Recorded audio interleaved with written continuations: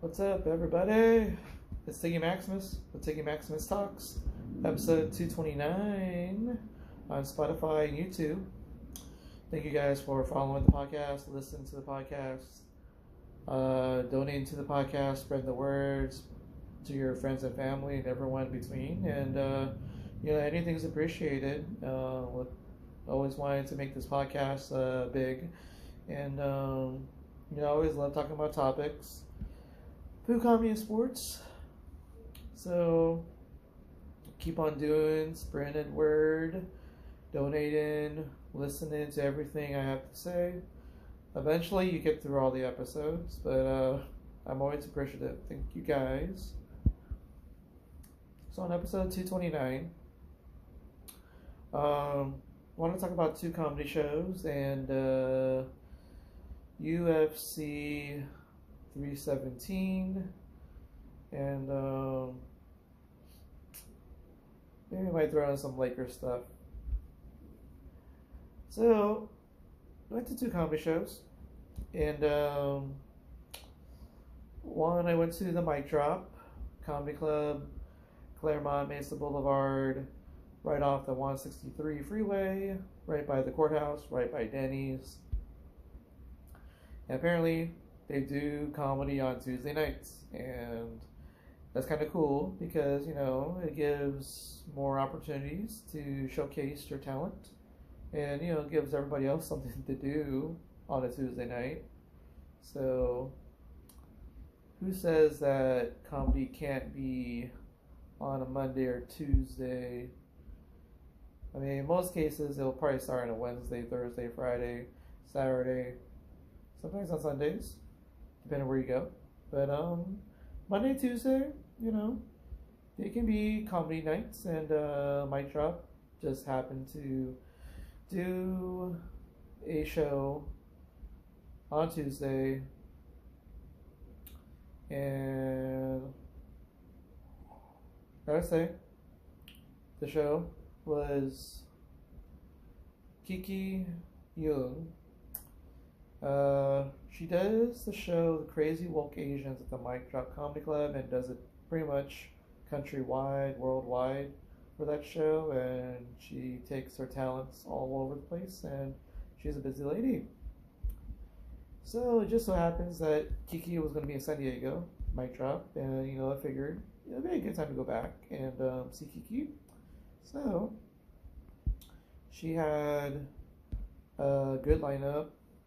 Sammy Cantu was basically the host, and Kate Hu was on the show with her boyfriend Satish Kumar. We also had an appearance by Cindy Sheridan, and we do have Tony Striller. I've seen Tony and Cindy once before, and of course we got Kiki. I've seen her once, and maybe twice. So this probably was my third time. So overall, good show. I did order my usual chicken katsu Buddha plate. Gotta say, chicken katsu was pretty good. I would say, the whole plate with the quinoa and the vegetables, 9 out of 10. And I would keep ordering that, honestly. That and beef bulgogi, but those are two good proteins to go with some vegetables. So I'm glad they have that. I'm glad I can order it when I can. But yeah, Sammy Cantu got to host the show for Kiki, and he talked about being a Chargers fan, talked about being mixed race, Vietnamese and Mexican. I do like the fact that he says that being Mexican and Vietnamese is like the worst kind. Kind of makes it worse. Double down on making it worse. So yeah, that's I like when he talks about dating and stuff, and overall, Sammy does bring out some good energy. I I would say maybe about half the stuff that he was saying on stage was probably funny to like a good 60% of the crowd, probably. So um, I wasn't too far off from the stage actually. I think I was like maybe 10 feet from the stage. So good seats. And I like Sammy. I would say Sammy Kentu was a 8.3 out of 10 for his performance that night. I want to say the show was, let's see, I think it was,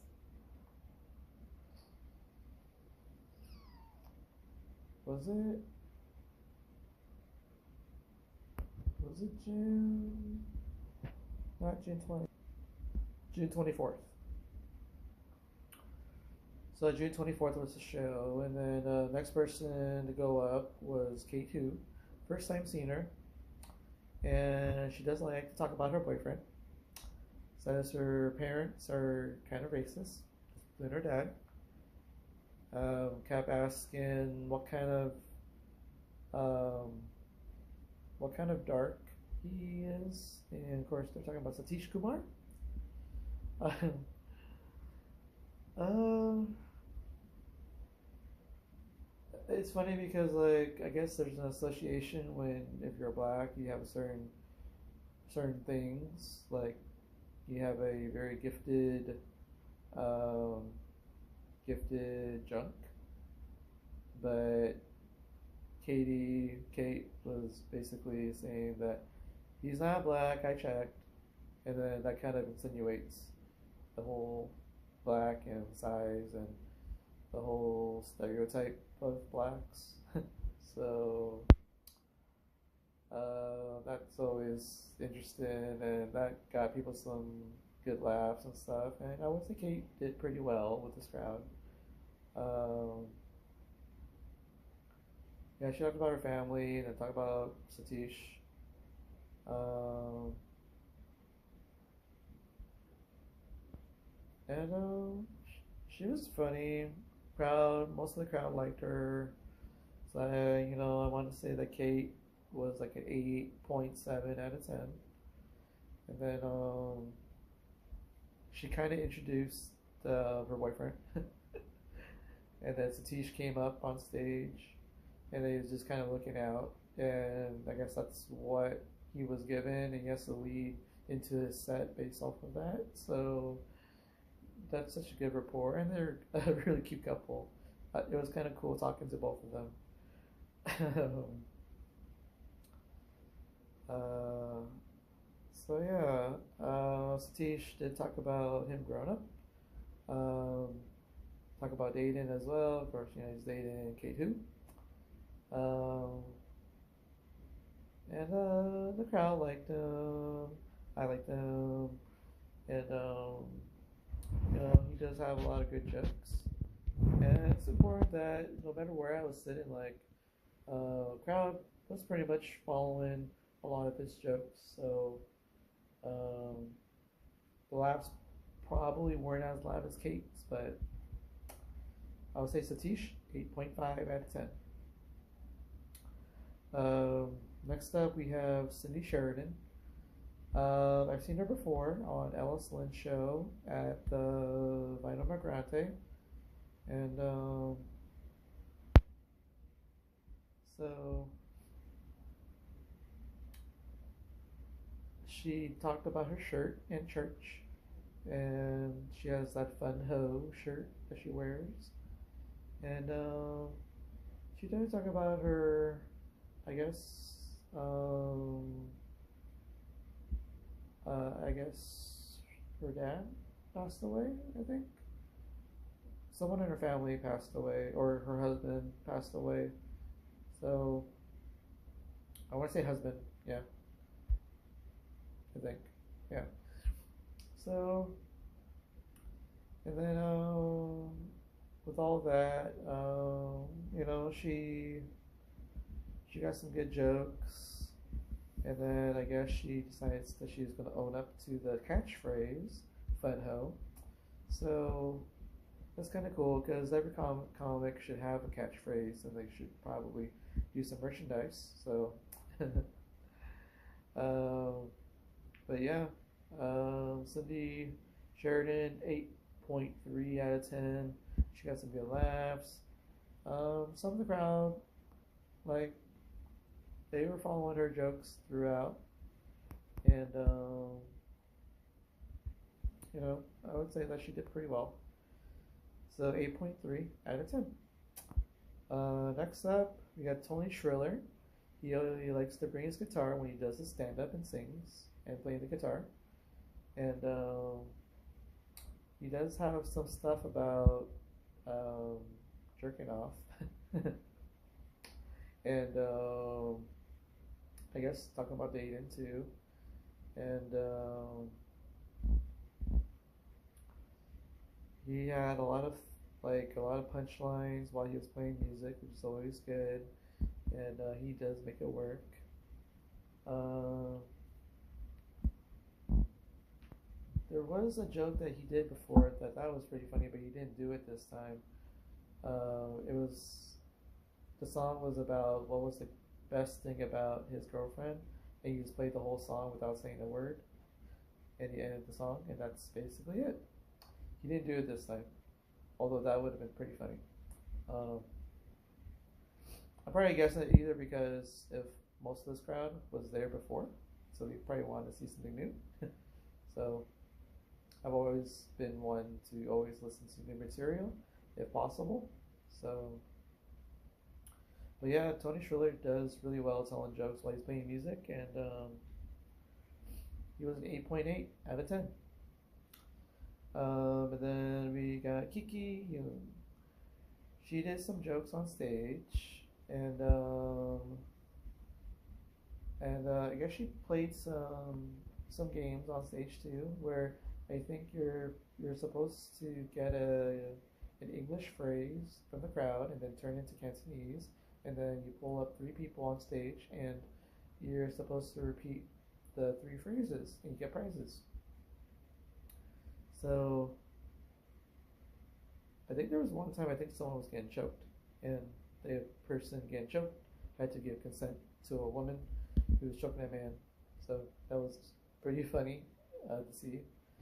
Um, but yeah, Kiki did talk about dating, growing up, being Cantonese or speaking Cantonese. Um, yeah, dating, food wise, um, basically her culture, growing up, and then talks about traveling, talks about her husband, has a lot of stuff to say about her son, yes. uh, so,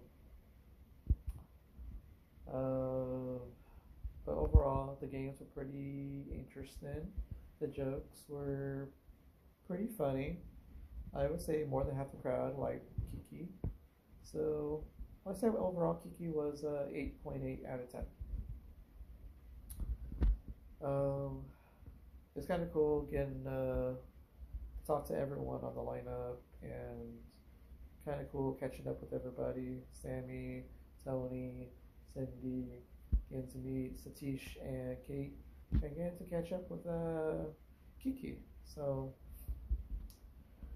I also try to encourage comedians to try to take pictures by their name, because names on the marquee is a big deal, and I would say it's a big deal.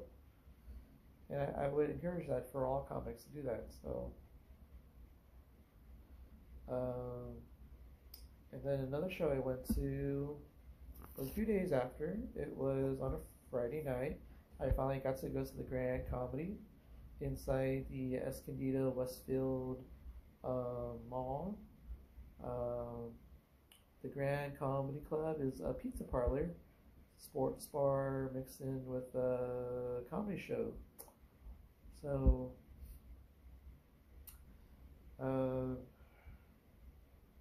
so this was June 27th. The reason why I actually went to the show is because, I wanted to see from the first time Plus, one of my friends was on the show that I'm aware of, and Lauren Jameson from Austin, Texas. She was going to come out here to San Diego and perform. Turns out, White, Cody, and Raymond Montoya were also on the show too. I got to see him before. It was nice seeing friends after a while. So, Raymond Montoya was on stage, got the crowd all warmed up, got some good jokes. Crowd liked him for the most part. I want to say he was an 8.2 out of 10. When I first came in, I did see Lauren Jameson, so it was kind of cool getting to see her.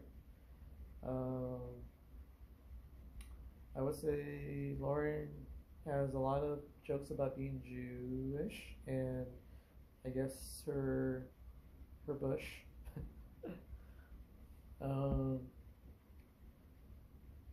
And I guess in a way she talked about pregnancy, kids, in relation to her her growing bush apparently.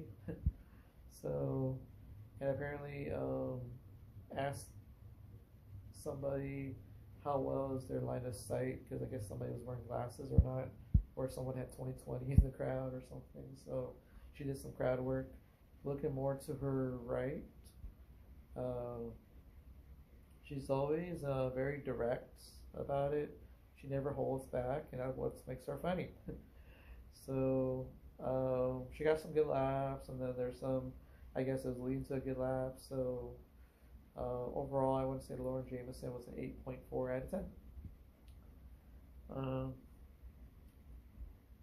Next person to go up, first time seeing this lady, Jean Whitney. She talked about age gaps and dating older guys, or seeing people with a wide age gap in dating. So she talked about that for the most part, and I think I remember that's all I remembered from her set. But she was pretty funny though. I would say the crowd liked her a lot, and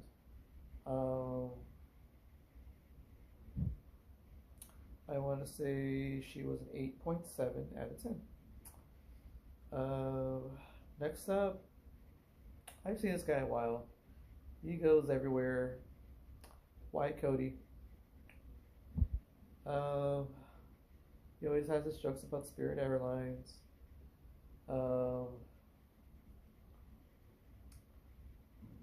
He has a joke about church and being an ugly person, and the two should go together because you were dealt that card. So I don't know how much faith you would have if you were dealt that card. Makes a good point. He also talks about, his luggage could probably get its own seat, might be cheaper.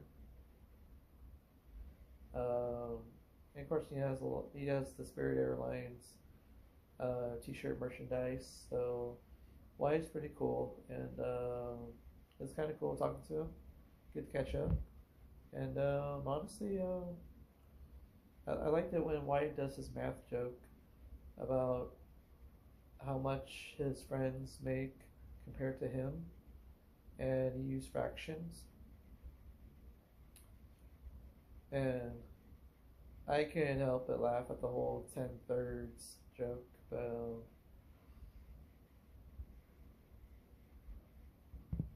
I mean, when you think of makes a fraction of what he makes, I mean, you're automatically thinking one thing in one way. So that's kind of cool. I like that from Wyatt, and that's his bread and butter. So overall, Wyatt Cody, 9 out of 10. Good job, Wyatt. And then the headliner, I guess that's the reason why most people were there. Lara Beitz.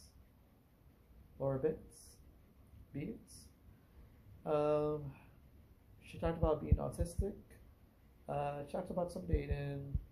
I don't think she said that she has kids, so she probably talked about kids and stuff.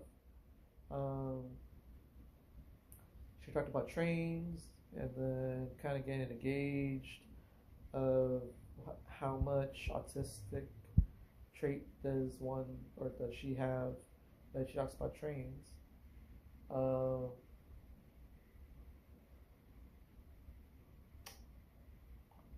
and most of the stuff that she said, it was pretty funny and it caught on for most of the crowd. Um, Overall, I want to say that she was a 9 out of 10. Um, what's weird was that I had a weird interaction with Laura. So what started the weirdness was, um, so I wanted to mention um, the Escondido Mall, the Westfield Mall at the Escondido location. I guess the noise is pretty loud, and at this time, my hearing, I might have been deaf for at least 2, 3 days, so I could hear some muffles and echoes and stuff. But I thought I was talking at a certain level that was audible to most people. So I wanted to try to talk to Lauren Jameson before I talked to Laura, and Lauren Jameson brought me outside, and we were hear each other more clearly, and we talked for a little bit. And honestly, I guess there was a difference. Now, after talking to Lauren, I wanted to go talk to Laura, but before I talked to Laura, um, there was this lady, this one white lady. I asked politely if could she take my photo with Lara Beitz. And the first thing this white lady said was, "Oh, no, thank you."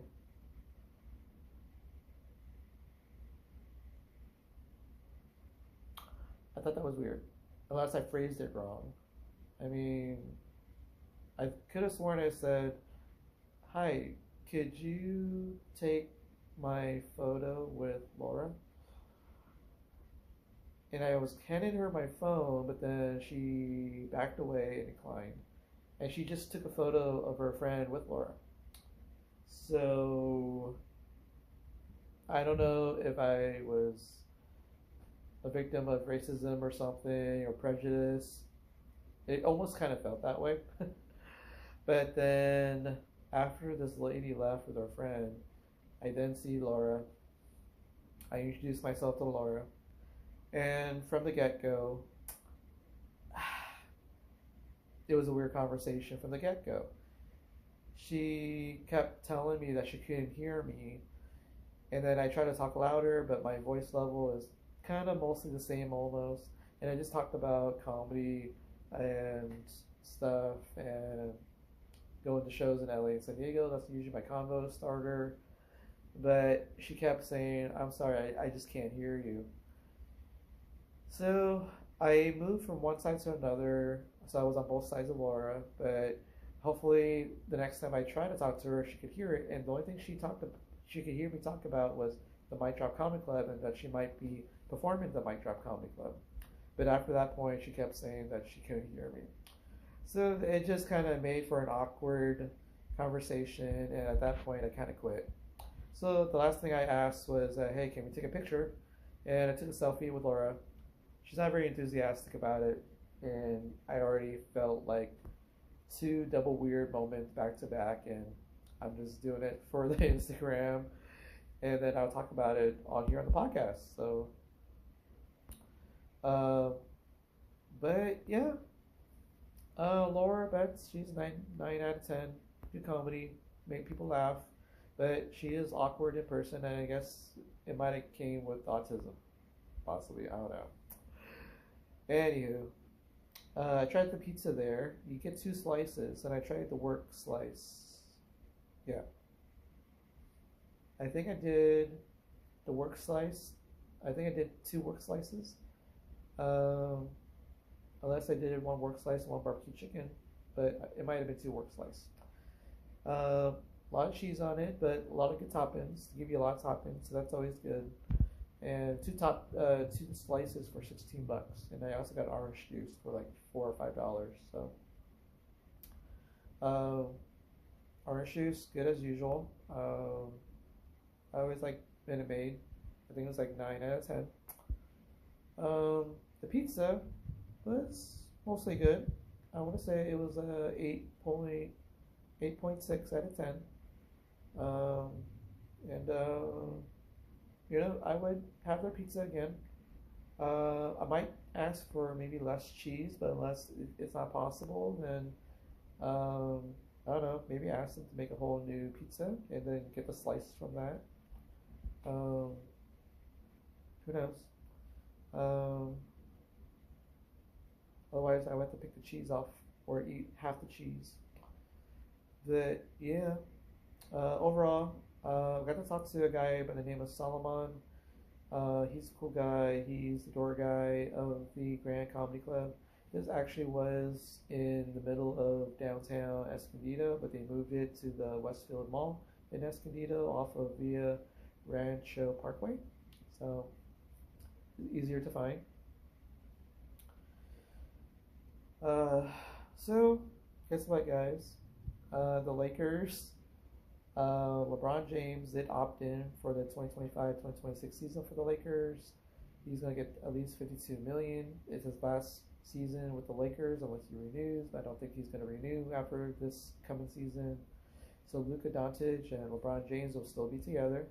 Austin Reeves and Rui Hachimura are still going to be on the team. That's a good foursome. And just moments ago, the Lakers did sign DeAndre Ayton, who was the #1 pick, who was selected by the Phoenix Suns, and he's only been in the league for 7 seasons.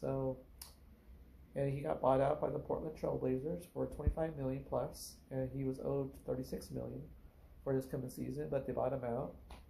And so the Lakers signed him to a 2-year, $16 million deal.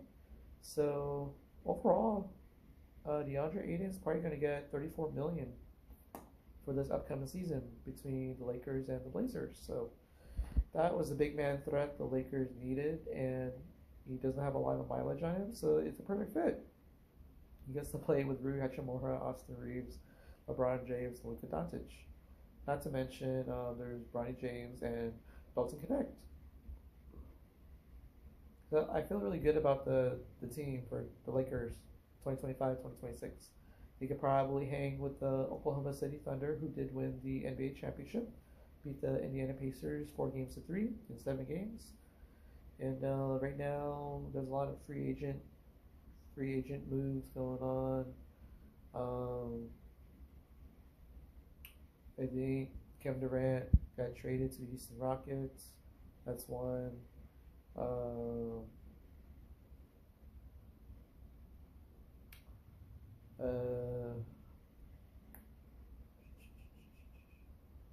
I think James Harden is staying with the Clippers. Turns out Brook Lopez is going to go to the Clippers as well.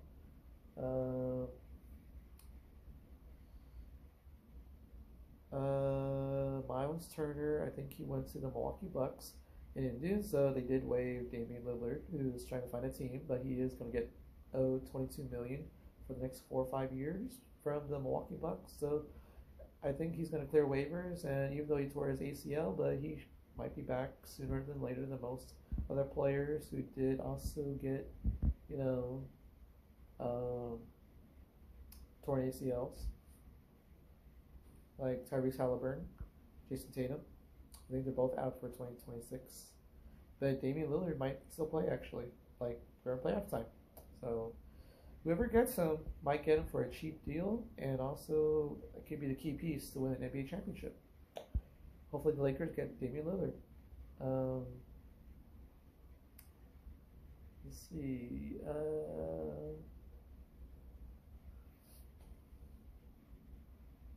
But yeah, Miles Turner goes to the Milwaukee Bucks. That's the big deal. And Kristaps Porzingis for the Celtics. He got traded away from the Celtics, and Drew Holiday, I think he got traded to Portland. So Boston Celtics did some moves, and honestly, it's kind of interesting they made those moves, but it's payroll cutting. You need to get under a certain apron because they're way over the limit. I think I was told that the Boston Celtics were actually $40 million over the second luxury tax apron. So they have no more money to spend, so they need to get rid of guys and get something back. So, um,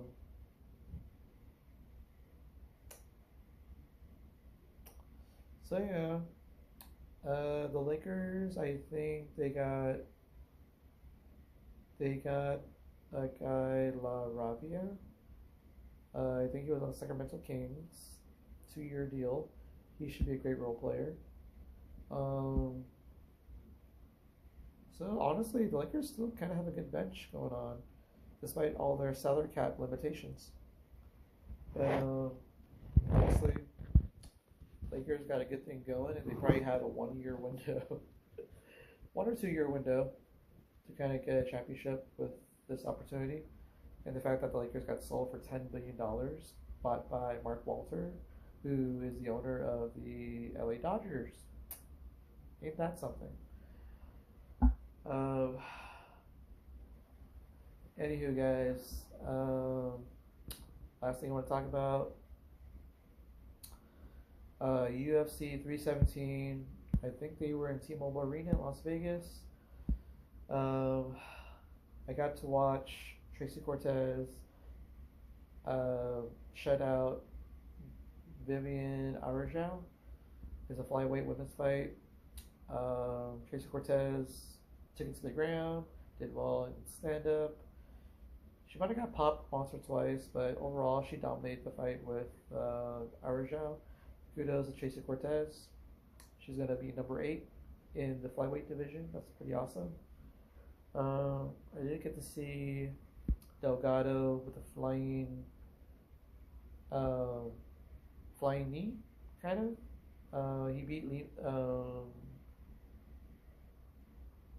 Lima, yeah, or yeah, Delgado beat a guy by the name of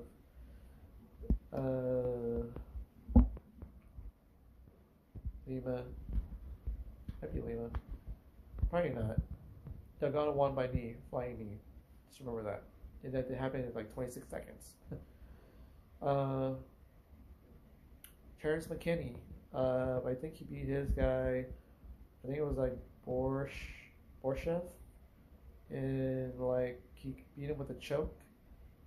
The guy, he was like kicking his legs out, and McKinney got a really nice choke in. So that opened the prelim portion of the UFC 317.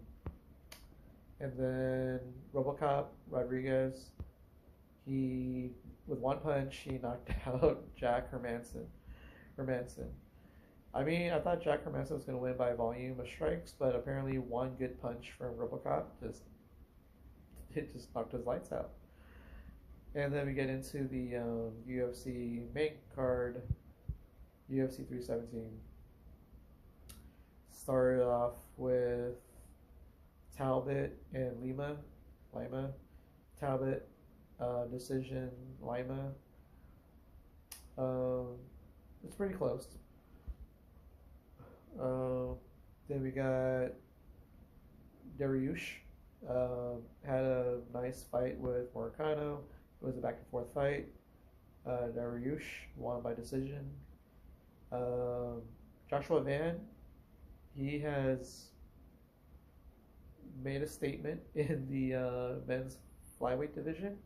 He completely outclassed Brandon Royval, beat him up really badly, bloody face, and Joshua Van had such a high volume. So he's going to get a good title shot with Pantoja. So the fact that Brandon Royval was the number 1 guy in the flyweight division and Joshua Van took out the number 1 contender in the flyweight division, so you're looking at Joshua Van versus Alexandre Pantoja. And the reason why I say that is because the next fight, the co-main event, Alexandre Pantoja, I think he choked out Kyra France, and it was such a masterpiece of a submission hold. Choked him out pretty well, and Alexandre Pantoja, he got to do a face-off with Joshua Van after the fight. That's going to be a spectacular championship fight. Can't wait for that. And of course, we got um, the main event.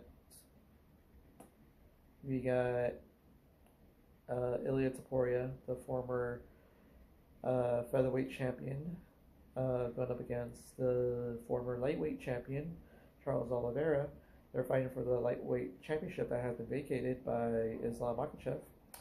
And I gotta say, Charles Oliveira, he kind of stifled Ilia Topuria and almost tried to get him to a submission, but Ilia Topuria is too smart, and he adapted pretty well to Charles Oliveira. And once it got to stand-in, and you can really see Charles Oliveira with a big bloody gash on his face, and Ilia Topuria, it wasn't going to be much longer, but he went in with his killer instinct, and he knocked out Charles Oliveira. And this was in the first round, and I thought this was going to be a KO in the second round, but he did it a lot faster than I thought. So Ilia Topuria is the new undisputed lightweight 155-pound champion. So the guy's pretty awesome. He's like one of my favorite fighters now, Mr. El Matador. He did have a face-off with Paddy the Baddy Pimlet, who came into the octagon to have a little face-off, a little shove between Ilia and Paddy the Baddy. I guess it's going to be quite a possible championship match down the road, but I'm pretty sure Ilia Topuria is going to knock him out. I'm pretty sure.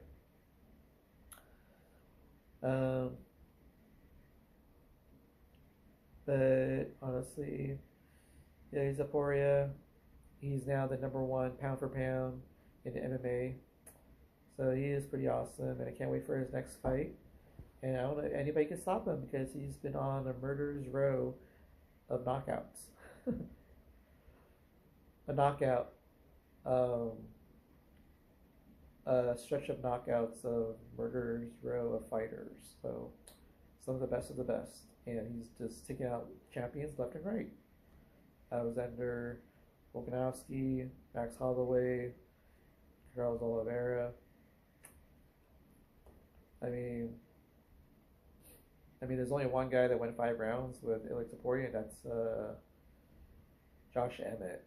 But he got busted up pretty well for 5 rounds. But yeah. Anywho, Ilia Topuria, I don't know when he's ever going to lose, but he's just pretty awesome, and he's on another level.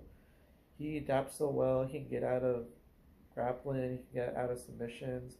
You just really have to beat him at his bread and butter, his striking. So can't wait to see the next time Ilia Topuria is going to go up again. But honestly, he makes the fights pretty exciting. I'm glad he's the undisputed lightweight champion, and sky's the limit. Anywho, that's it for me, guys. Big show at the Mic Drop Comedy Club with Gumbo, Jeremy Christian, July 5th and 6th. Come out, buy your tickets, come see me on stage for both nights, and see some good shows, and I'll see you guys there. And also watch some good fights, have some good food, and have some good company, and you know the saying goes, boom, Tiggy Maximus, signing off, baby. Alright, later guys. Shama, Sarah, Miedo, Booyaka!